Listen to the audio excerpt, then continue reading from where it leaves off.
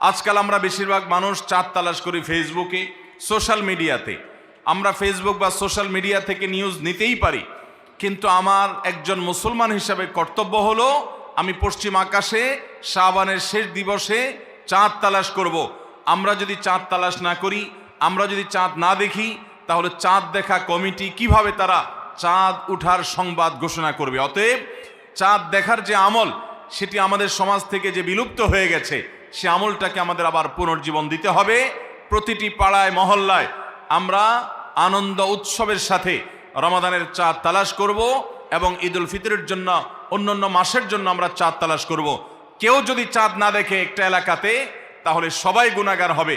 কিছু না কিছু মানুষ অবশ্যই চাঁদ দেখতে হবে, তা না হলে ফরজে কিফায়া তরক করার গুনাহগার সবাইকে হতে হবে।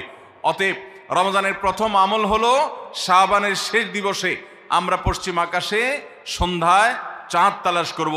চাঁদ দেখতে পেলে দোয়া করব, আর যদি চাঁদ দেখতে না পাই তবু আমি সওয়াব পাবো। আল্লাহ আমাদের সবাইকে আমলটা করার তৌফিক দান করুন।